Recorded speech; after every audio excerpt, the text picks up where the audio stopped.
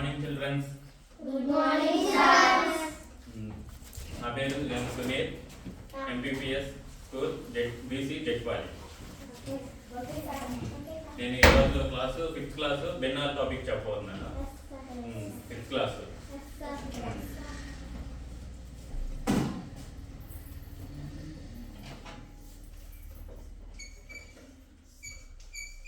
బెన్నాల్ English లో ఏమంటారంటే fractures అంటారు. ఫ్రాక్చర్స్.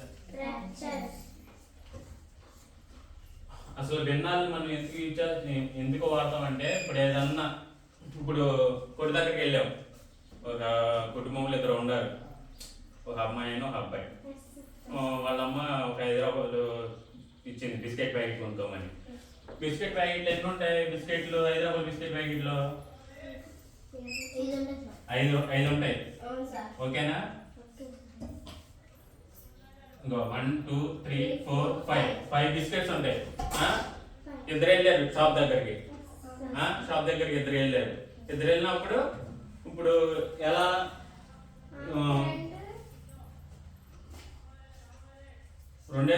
మొత్తం సగం సగం తీసుకోవాలిగా. అంటే అప్పుడు ఎలా తీసుకుంటాం? 5 బిస్కెట్లు సగం ఎలా తీసుకుంటాం? ఇప్పుడు మన బిస్కెట్లు రాసేద్దాం. ఇలా ఒక బిస్కెట్ ఉంది, ఇలా ఒక బిస్కెట్ ఉంది, ఇలా ఒక బిస్కెట్ ఉంది, ఇదో బిస్కెట్, ఇదో బిస్కెట్. 2 ఉన్నారు. చిరాకు 2 తీసుకుంటారు ఫస్ట్. సరేనా? చిరాకు 2 తీసుకుంటారు. ఓకేనా? తర్వాత సగం చేస్తారు. అప్పుడు ఎలా వస్తున్నాయి? ఒకరికి ఎన్ని వస్తున్నాయి? 2 బిస్కెట్లు. ఈ సగం అంటే ఏంటి? 1/2గా. హాఫ్ అంటే హాఫ్. ఒకరికి ఎన్ని బిస్కెట్లు వస్తున్నాయి? 2 బిస్కెట్లు ఒకటే సగం వస్తుంది. ఇలా మనం పెన్ను రాస్తాం ఇలా. ఓకేనా? ఇంకో టాపిక్ ఇంకోటి తీద్దాం. మీరు జ్వరం వచ్చినప్పుడు ఎవరైనా నాన్ రోడ్ ప్యాకెట్ తిన్నారా? నాన్ రోడ్ ప్యాకెట్లు ఎన్ని ఉంటాయి? ఇలా ఉంటుంది నాన్ రోడ్ ప్యాకెట్ మొత్తం. 1 2 3 4 5 6 7 8 9 10. మొత్తం ఎన్ని ఉంటాయంటే 10 ఉంటాయి.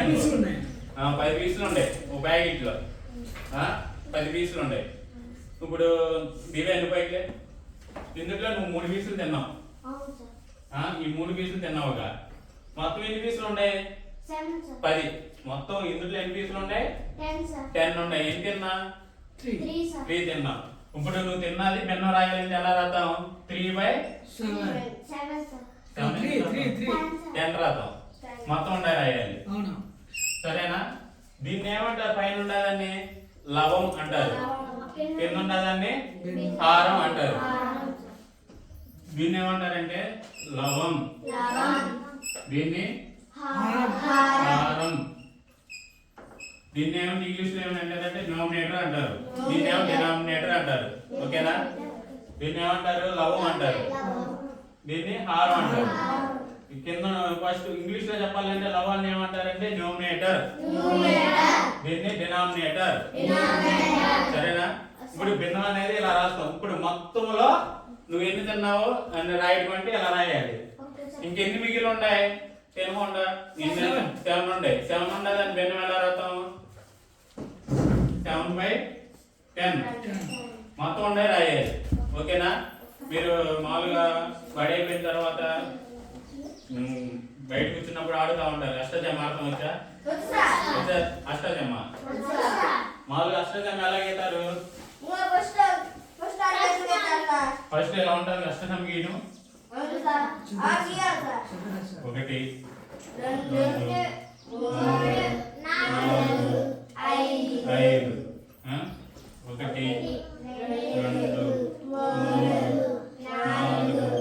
6 ఇలా ఉంటుంది అష్టజమ్మ ఆడేది మనం. మళ్ళీ ఇక్కడ గడి కొట్టి ఉంటుంది. ఇక్కడ ఒక గడిగా, ఇక్కడ ఒక గడి, ఇక్కడ ఒక గడి, మధ్యలో ఒక గడి. ఓకేనా? సరే, నేను అప్పుడు ఇక్కడ ఒక కాయ ఉందనుకో, ఇక్కడ ఒక కాయ ఉందని చెప్పు. ఇక్కడ ఒక కాయ ఉంది, ఇక్కడ ఒక కాయ ఉంది. అంటే మనం ఆడేటప్పుడు ఆటలాడేటప్పుడు ఎన్ని కాయలు ఉంటాయి చూసావుగా? 4 ఉన్నాయి, 5 గళ్ళు ఉన్నాయి. ఇప్పుడు ఇక మొత్తం ఎన్ని బాక్సులు ఉన్నాయి దీంట్లో? 5 బాక్సులు ఎన్ని ఉన్నాయి? కౌంట్ చేయండి. 25 సార్. మొత్తం 25 బాక్సులు ఉన్నాయి. మొత్తం ఎన్ని ఉన్నాయి? 25 బాక్సెస్ ఉన్నాయి. ఓకేనా? ఇప్పుడు మొత్తం ఎన్ని బాక్స్ ఉన్నాయి అందులో? టోటల్ అయితే మొత్తం టోటల్ 25 సార్. టోటల్ బాక్సెస్ ఈ బాక్సెస్ ఎన్ని ఉన్నాయంటే 25 ఉన్నాయి. ఆ? అవును సార్. ఇప్పుడు మామూలుగా ఇలా ఇంటి పట్టిన బాక్స్ ఎన్ని ఉన్నాయి? 5 సార్. 5 5. 1 2 3 4 5. దీన్ని భిన్నంగా రాయాలంటే ఎలా రాయాలి? ముందు ఈ బాక్స్ ఎన్ని ఉన్నాయి? 5 మొత్తం ఎన్ని బాక్సులు ఉన్నాయి? 25. 25. ఎలా రాయాలి భిన్నంగా రాయాలంటే? ఓకేనా? Okay sir. ఇప్పుడు దొరకదు.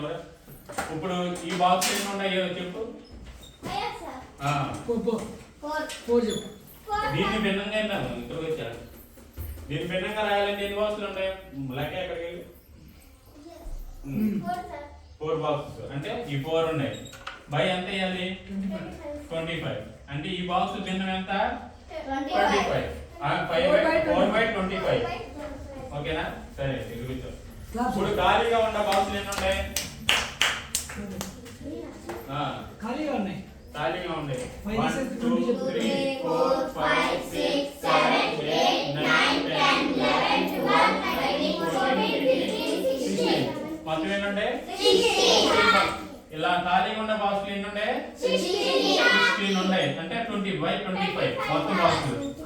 అంటే ఇప్పుడు ఇలా అష్టాదశ ఆడుకున్న దాంట్లో మనం గళ్ళు ఉండే భిన్నం రాసాం. అక్కడ కాయిన్స్ ఉన్నాయి అక్కడక్కడ. ఆ కాయిన్స్ ఉన్న భిన్నం రాసాం. ఇలా బాక్సులు కొట్టి ఖాళీగా ఉన్న బాక్సులు భిన్నం రాసాం. భిన్నాలు మనం ఇలా యూజ్ చేయొచ్చు. ఓకేనా? ఇప్పుడు ఇలా చూడు భిన్నం. ఈ భిన్నం చూడు, ఈ భిన్నం చూడు, ఈ భిన్నం చూడు. ఇప్పుడు ఇక్కడ రాసిన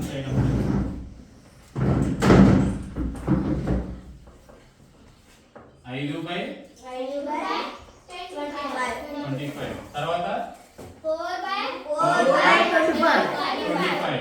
16/25. ఇదేంటి పైన ఉన్నది ఏమంటారు? లాభం. కింద ఉన్నదాన్ని హారం. ఇక్కడ ఉన్న వాటిలో ఏది పెద్దగా ఉంది? హారం పెద్దగా ఉందా? లవం పెద్దగా ఉందా? హారం. ఇక్కడ ఇక్కడ అంటే కింద అన్నిట్లో ఏం పెద్దగా ఉండే? హారం పెద్దగా ఉంది. హారం పెద్దగా ఉన్న భిన్నాలను ఏమంటారంటే క్రమ భిన్నాలు అంటారు. క్రమ భిన్నాలు. దీని ఇంగ్లీష్ ఏమంటారంటే ప్రాపర్ చెప్పండి సార్. ఫ్రాక్షన్స్. ప్రాపర్ ఫ్రాక్షన్స్ అంటారు. ఇప్పుడు క్రమ భిన్నాలు అంటే ఎలా రాసి ఉన్నాయి? హారం పెద్దగా ఉండాలి. సరేనా? సరే మీకు కొన్ని క్రమ భిన్నాలు ఉదాహరణ చెప్తారా? ఏమన్నా మీకు వచ్చినాయి క్రమ భిన్నాలు ఉదాహరణ?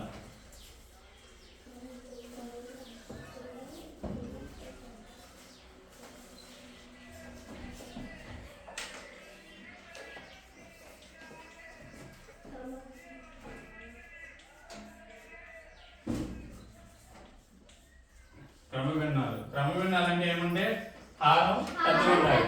హారం పెద్దగా ఉండాలి. దీనికి ఏంటంటే హారం పెద్దగా ఉండాలి, లవం చిన్నగా ఉండాలి. ఇప్పుడు కొన్ని భిన్నాలు చెప్తారా అట్లా మీరు? 25/7. చెప్పు. 1/5. 1/5. ఇంకోటి చెప్పు. 16/25. 16/25. ఎక్కువ ఉంటాయి. హారం పెద్దగా ఉండాలి. 16/19 రాయండి సార్. 16/19. దొరికే నువ్వులే చెప్పు. భిన్నం క్రమ భిన్నానికి పైన తక్కువ ఉండాలి, కింద ఎక్కువ ఉండాలి. చెప్పు. 1/6. 1/2. 3/5. 10/20. ఇలా ఎన్నేనా? అన్ని భిన్నాలు ఎలా ఉన్నాయి? హారం పెద్దగానే ఉంది. హారం పెద్దగా ఉంది. ఇక్కడ హారం పెద్దగా ఉంది. హారం పెద్దగా ఉంది. హారం పెద్దగా ఉంది. హారం పెద్దగా ఉంది. మొత్తం ఎన్ని? క్రమ భిన్నాలు. క్రమ భిన్నాలు అంటే అర్థమైందా? హారం అనేది పెద్దగా ఉండాలి, లవం చిన్నగా ఉండాలి. ఓకేనా? కొన్ని ఉదాహరణలు చెప్తారు మరి క్రమ భిన్నాలకి దాన్ని చెప్తావా? లేదు, 2 భిన్నాలు చెప్పు క్రమ భిన్నాలకి. 1/2, 1/2, 2/3.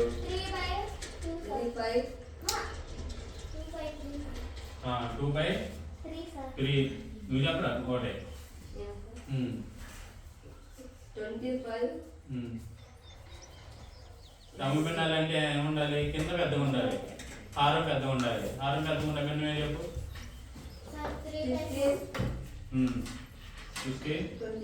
25.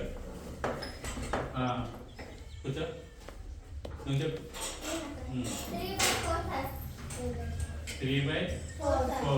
అంటే ఇక్కడ ఏంటంటే మనకి హారం అనేది ఎప్పుడు పెద్దగానే ఉండాలి క్రమ భిన్నాల్లో.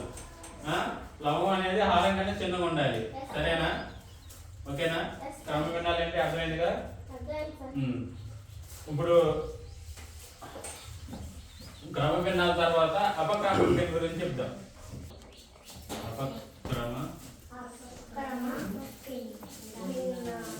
అపక్రమ భిన్నాలు దీన్ని ఏమంటారంటే ఇంప్రాపర్ ఫ్రాక్చర్.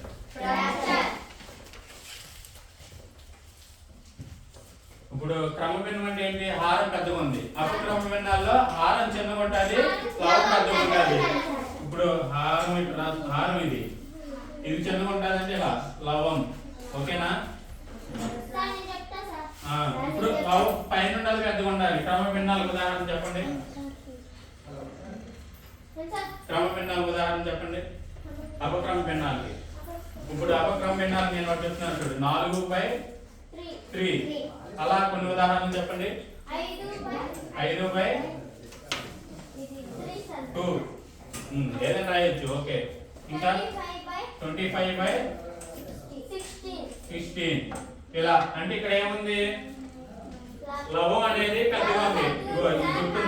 దీన్ని ఏమంటారు? లెస్ దెన్ అంటే ఇది పెద్దగా ఉండాలండి. లవం పెద్దగా ఉంది, హారం అనేది చిన్నగా ఉంది. ఇక్కడ లవం పెద్దగా ఉంది, హారం చిన్నగా ఉంది. అంటే ఇప్పుడు అపక్రమ భిన్నాలకి ఉదాహరణ ఏంటంటే ముందు లవం పెద్దగా ఉండాలి, హారం చిన్నగా ఉండాలి. ఓకేనా? ఇంకేమైనా ఉదాహరణ చెప్తారా? చెప్పు.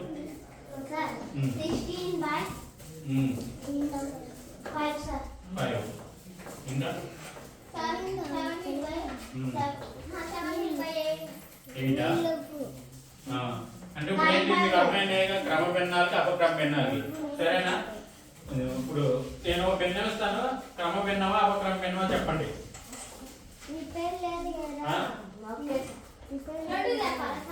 ఏ భిన్నం ఏంటో చెప్పండి. ఇదే భిన్నం.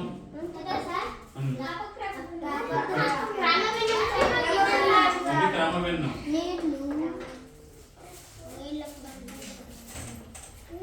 ఇది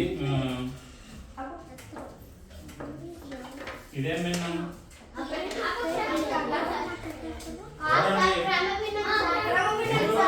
చెప్పచ్చుగా క్రమ భిన్నం. క్రమ భిన్నం అంటే ఏంటి? హారం పెద్దగా ఉంటుంది, లవం చిన్నగా ఉంటుంది. ఇంకోటి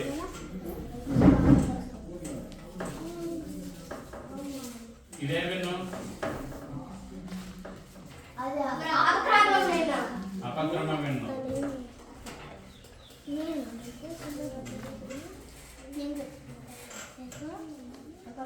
ఇంకోటి ఐడి కార్డు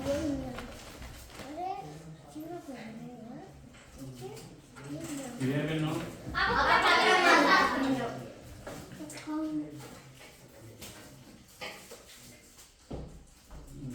ఇంకోటి ఇది ఇది క్రమ భిన్నం.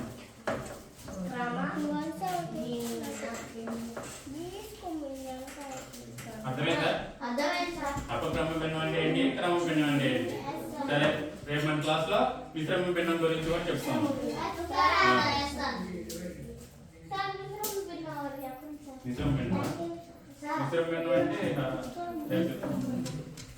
ఇప్పుడు అపక్రమ భిన్నం నుంచి మిశ్రమ భిన్నం లాగా వచ్చింది. ఇప్పుడు ఇక్కడ ఉంది మనకి మన ఫస్ట్ లో ఏం తీసుకున్నా 2 1/2 అంటే ఇలా ఓ భిన్నం ఉంటుంది, దాని ముందు ఒక నెంబర్ ఉంటుంది, ఏదో ఒక నెంబర్. దీన్ని ఏమంటారు? దీన్నే మిశ్రమ భిన్నం అంటారు.